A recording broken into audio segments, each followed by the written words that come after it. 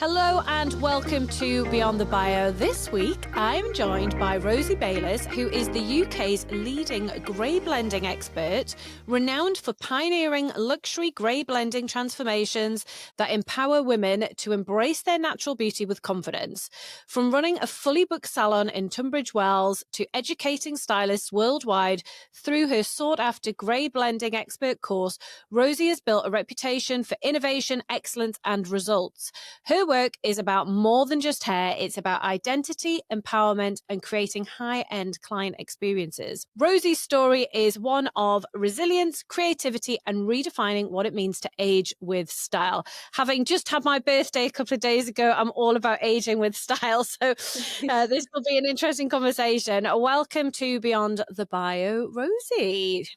Thank you so much for having me. I'm really excited to be here.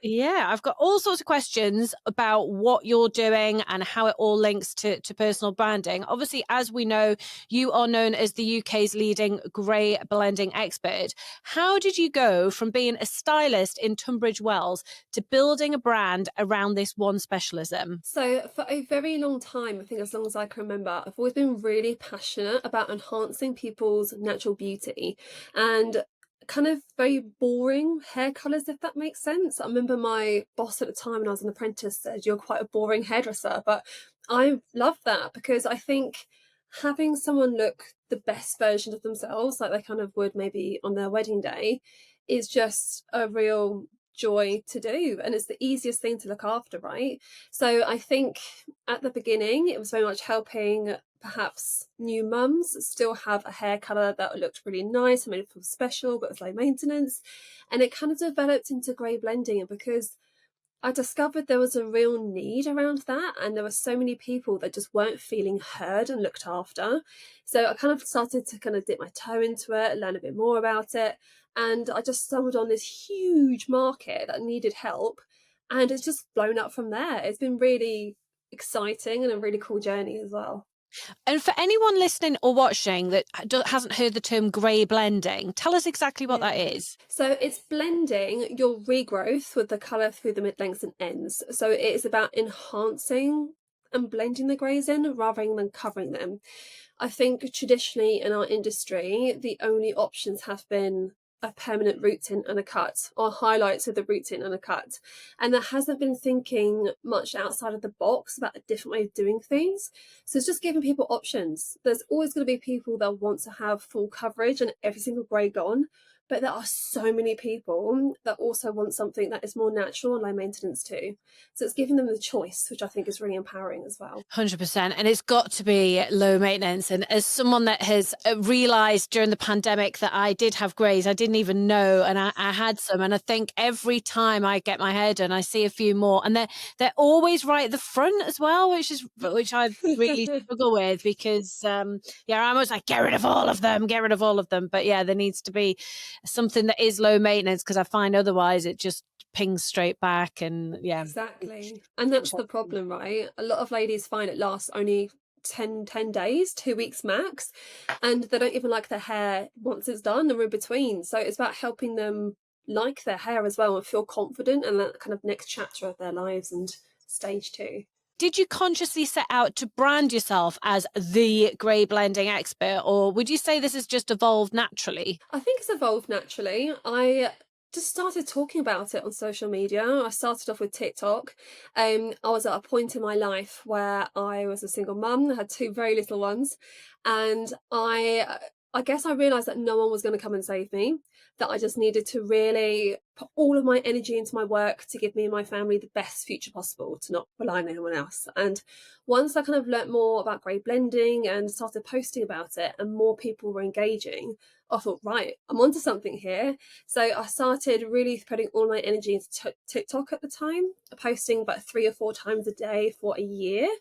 And you'd wake up and certain posts would go viral overnight, and then you'd reply to all the comments and it'd grow and grow and grow. And then the following year, it just so happened that Instagram then grew.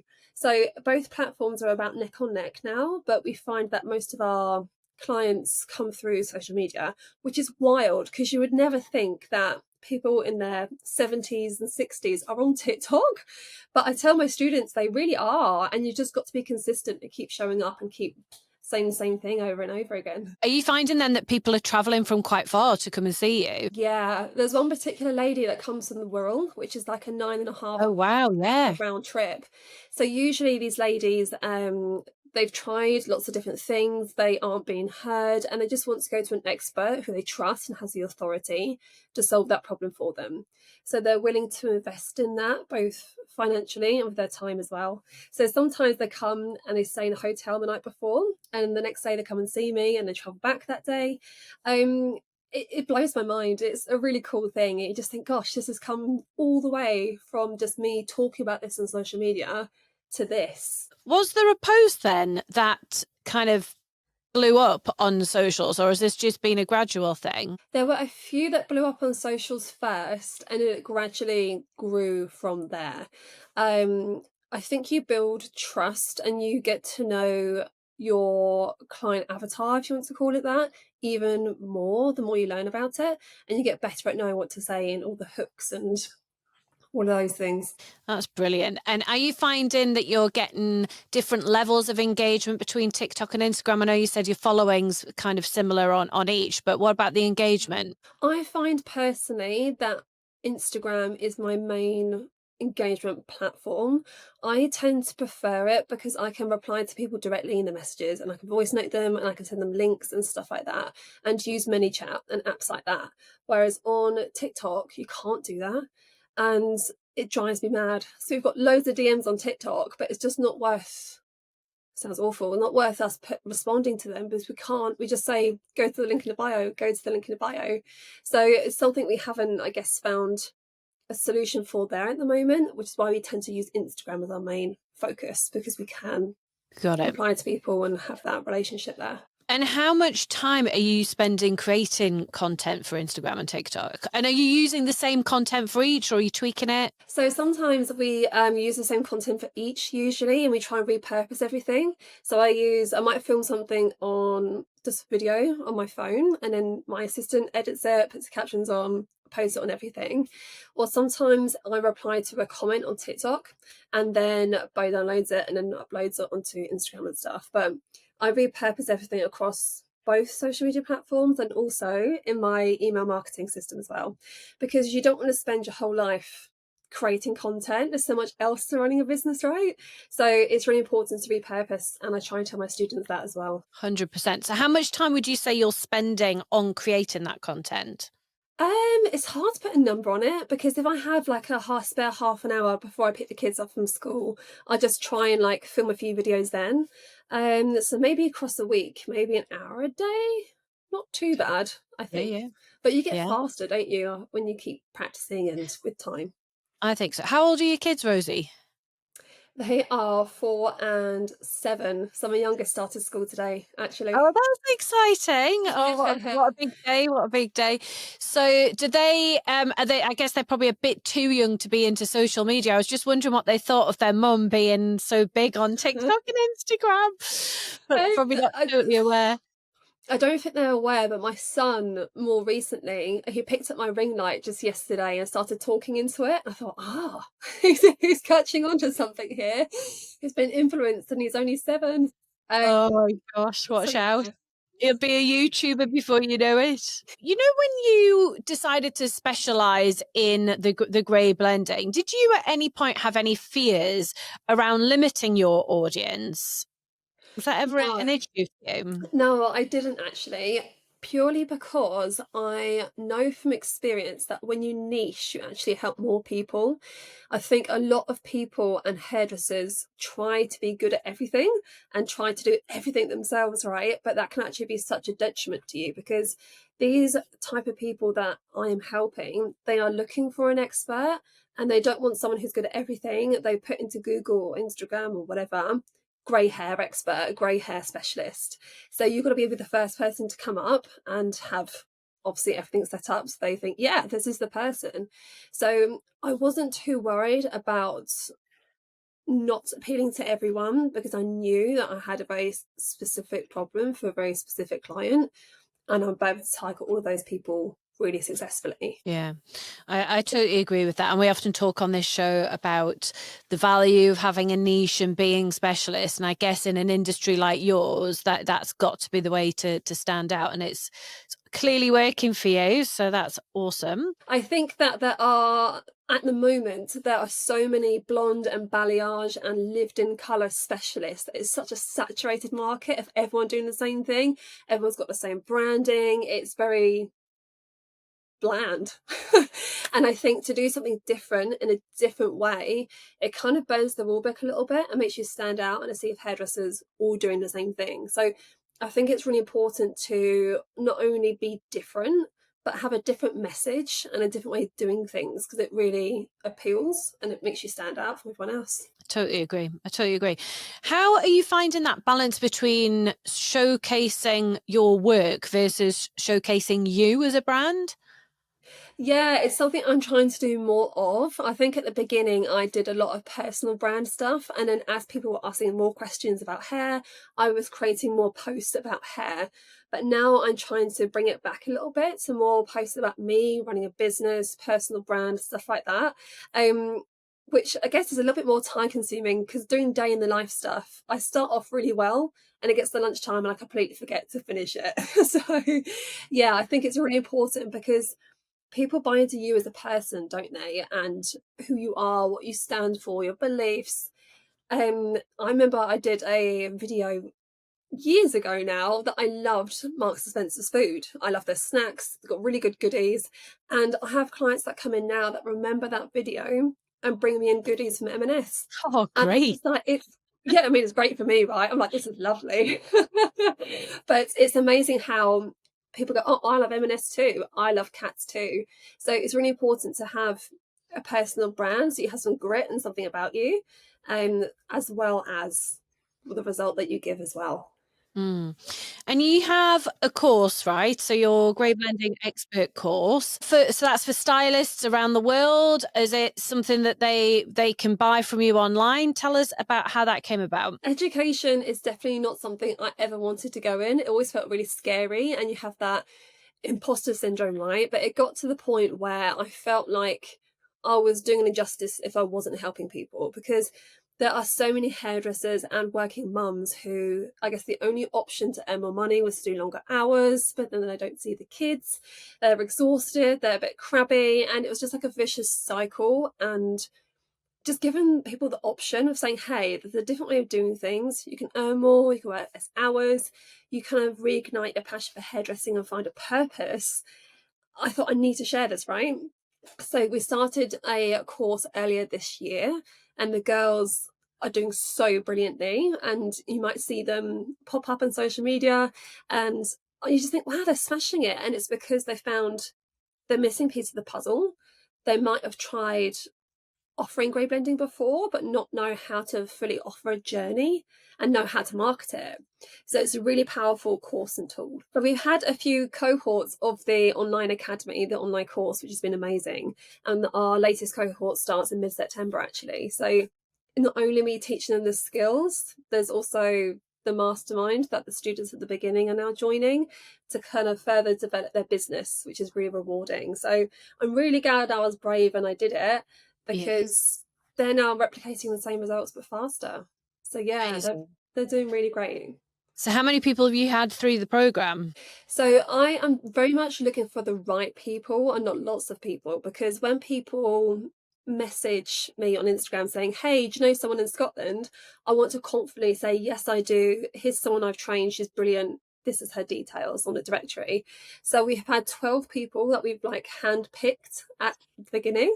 And yeah, the latest cohort is open at the moment, and we have an existing few people on board, which is amazing. Very Great. excited.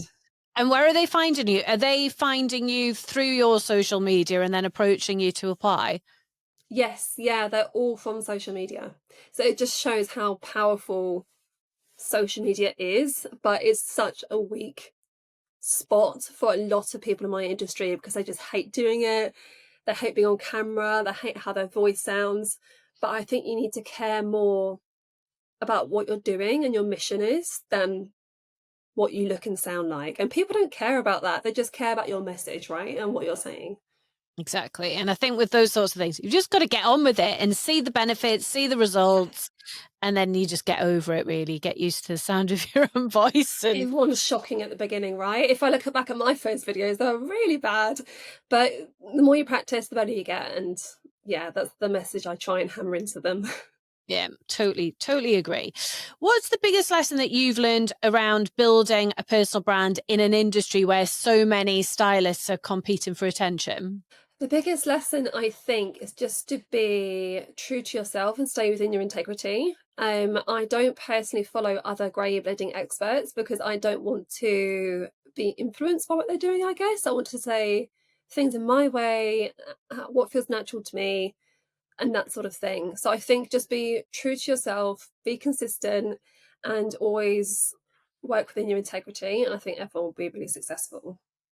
I think that's a really interesting point around not necessarily looking at what someone else in your field is doing. I remember years ago when I had my first business and I used to be obsessed with what the competitors were doing. And I used to say to my business partner at the time, oh, but have you seen this person doing this and this person's doing that? And I remember him saying to me, you know, if you spent less time checking out what they're doing and focusing on what we want to do, then, you know, we're going to get more results. And I just thought, God, you're absolutely right. And now with this business, I just don't even think about it because one, I don't think anyone is truly doing what we do. I think we're unique. People do bits of what we do, but no one does all of it. So I think Mhm. there's that, but also it's just a distraction. And then I think you, like you say, you could then get influenced by them, and then maybe this imposter syndrome bit comes in as well. So Yeah. just stay in your lane. And we've only got so much time, especially as single moms. It's really hard to balance everything anyway. So why distract ourselves with stuff that actually doesn't really matter so much? I remember a long time ago that I read or someone said to me that you should create and not consume. So as Yes. soon as you've created yourself, jump off. And to be honest, I don't have that much time to scroll anyway. So yeah, that has been super helpful. Just crack on, stay in your own lane, focus on what you're doing, and then hop off again. I think that's a really good point as well around that creating rather than the consumption piece. And there's a couple of people that spring to mind that say that we had a guy called Aaron Knightley on this show a few months ago. He's big on TikTok and he said he doesn't follow anybody on social media, he just spends all his time creating content. I thought he was kind of one extreme. And then a friend of mine, Daniel Priestley, he talks a lot about creating content and not consuming, although I would argue he does both. But yeah, it's a good reminder, isn't it, that we've only got so much time, so let's spend it on doing things that are going to push our businesses and our brands forward rather than just being distracted, because you can go down a rabbit hole, especially on something like TikTok, which I purposely try to avoid because I've got friends that literally spend hours a night just watching things, and I just don't want to get sucked in. Definitely not. So, for any other professionals listening, not just necessarily in hair, but in any field, what advice would you give around finding a niche and turning it into a powerful personal brand? What I would say is listen to what your clients are saying, listen to the problems they are struggling with and the language they are using, and think outside of the box. You don't have to do what everyone else is doing in your industry. Like in hairdressing, before I introduced this transformation kind of method and way of thinking, no one else was charging 6 grand to have their hair done with everything included. They were charging for their time and like the service. So by thinking outside of the box a little bit and finding a solution to a really in demand problem, you can really easily stand out and be successful and grow your brand because there's no one else out there doing it. So it's a really powerful thing to do. So don't be scared about doing something different, and really listen to what your clients are saying and use their language in your content. As a professional, I don't use the word stripe for roots. I would say the line of demarcation. But the people that I was speaking to were saying stripe. So I said, okay, I'll start talking like that. And people resonated. So use the language that your clients are using too. Rosie, it's been so interesting talking to you, and I keep staring at your hair and thinking what a lovely Yeah. colour it is. It's really nice getting some inspiration myself. If anyone watching or listening hasn't come across you before, where's the best place for them to find you?